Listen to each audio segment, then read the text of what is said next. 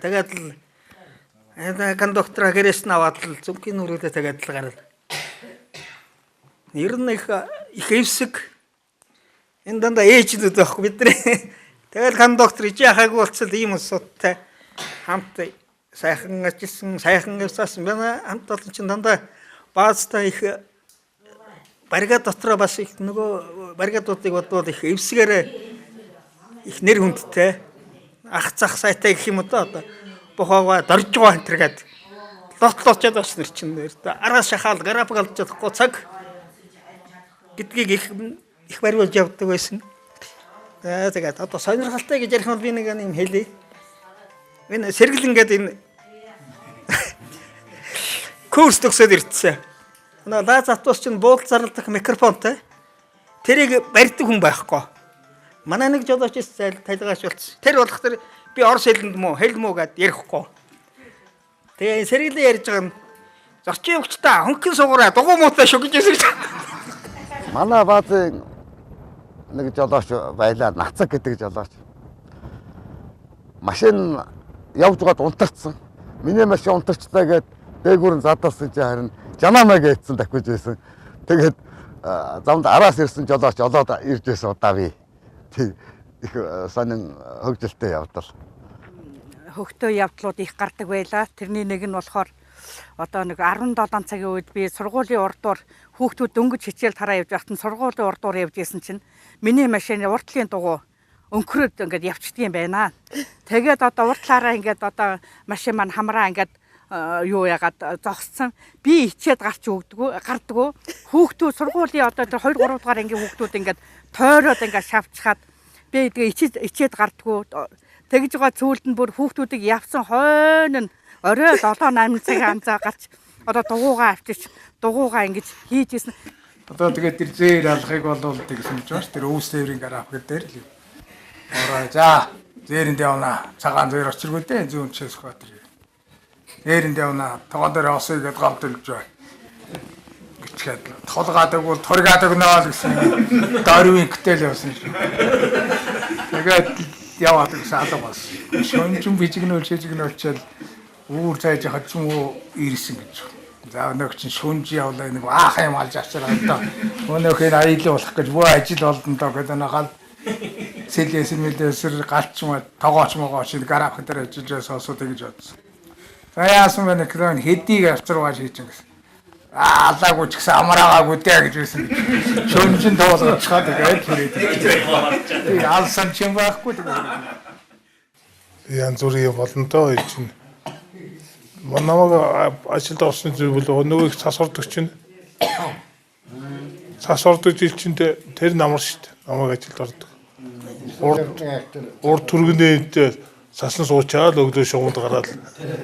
Тэр тамагийнхаа кредиттэй очиод нэг юм гаргаж явал. Тэгээд Лосноор гэдэг жолоочтой хамт гараад Улаанбаатараас Актнат бас орж ирж тэм автобусанд орж ажиллаж илээ. Анхан. За тэгээд энэ чинь кондукторуудын чирсэн жолоочийн чирсэн буха цого схватар самп суур тийм бол одоо тэнэс очирго манайч 30-аад татсан жолооч байсан юм чинь.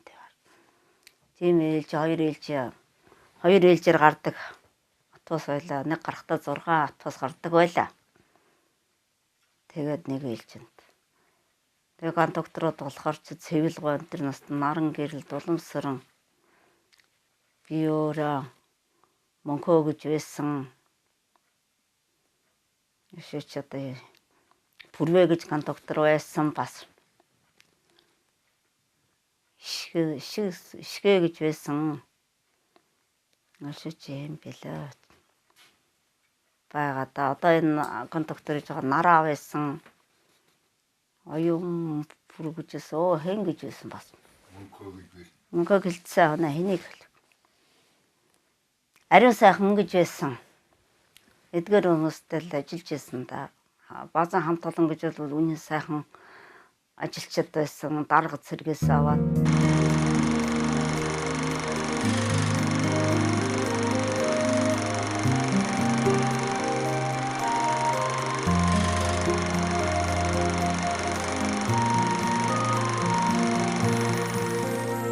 Жолооны курс дараад Улаанбаатарт 6 сар курс сураад аваас 3 сар ажил хийж жолооч болдог гэсэнтэй тэр шүү дээ.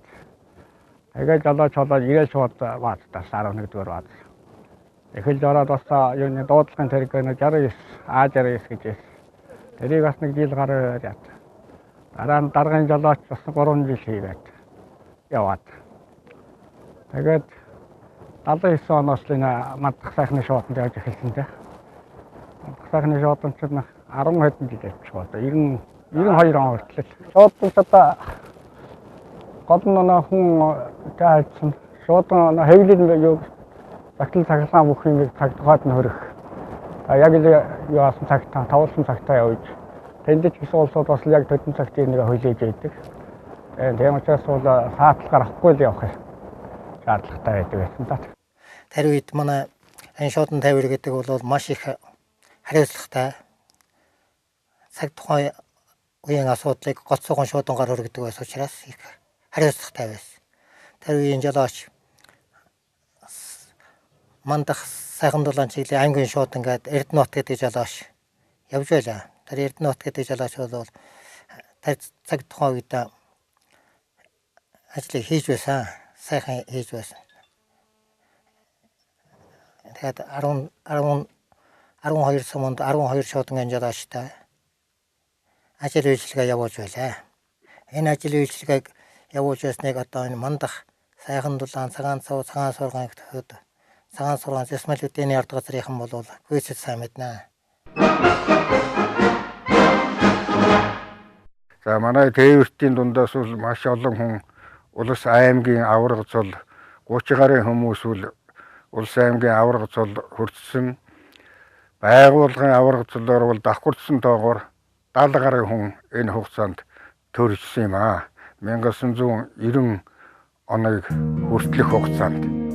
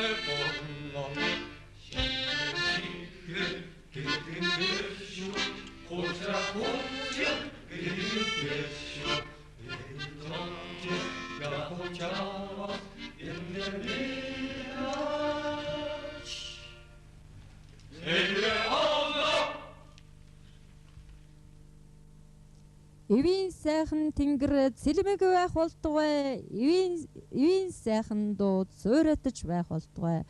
Ард түмэн хотол олноороо жаргалтай байх болтугай.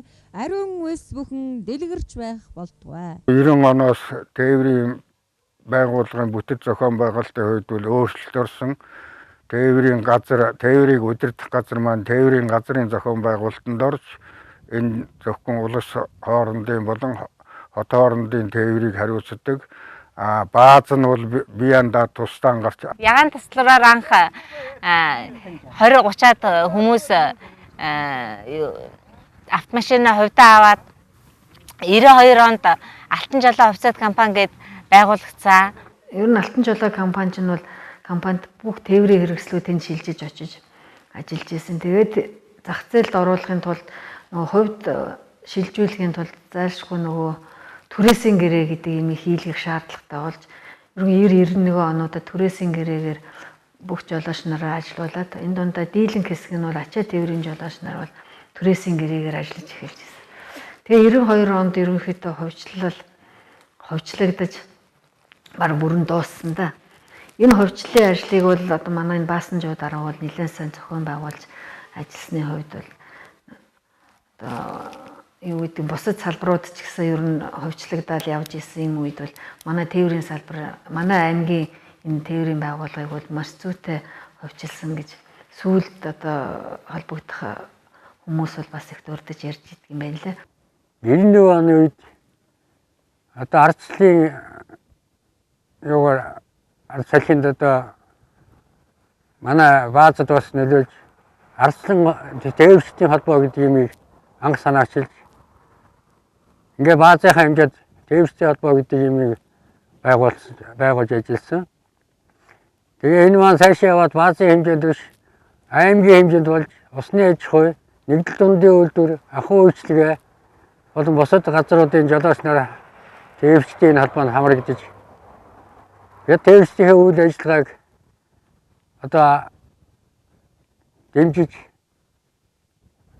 энэ чиглэлээр байгууллагатайгаа болон бусад аж ахуй нэгжүүдтэй одоо тээврчдийн эрх ашигын талаар ажиллаж ингэж ирсэн юм аа. Тэгээ ер нь бол тээвэрчин хүн гэдэг бол нэг өдрийн хоол даадаг, нэг хоногийн хоол даадаг, нэг шөнийн нойр даадаг. Тийм хүнийг би тээвэрчин хүн гэж боддог, тийм итгэл үнэмшилтэй болсон. Яагаад гэвэл тэр үед чинь одоо зам харгүй юм уу байлаа, хатуу хүзүү нөхцөлтэй байлаа. Өөрөө л өөрөөтөө эзэн болж явахгүй бол одоо болохгүй тийм бас нэг хэсэг байсан юм шиг байгаа. Аймгийн дарга нар үе үеэрээ бид нарыг аягүй их дэмжиж байсан. Одон жимэд дарга, иш дор дарга, Батсуур дарга бид нарыг бол юу гэсэн за та нар хэдэн хүн эндэж. Тэр үе чинь 90-ад оны ихэнх үед энэ чинь төрийн шуудангаан тээж чадахгүй тасалдуулах хэмжээний болцсон маш их хэцүү үе байсан. Тэр үед бол манай энэ баасанжууд дарга бол одоо бүгдийг зохицуулж та нар ингэдэг. За бид нар хүнд нь орно.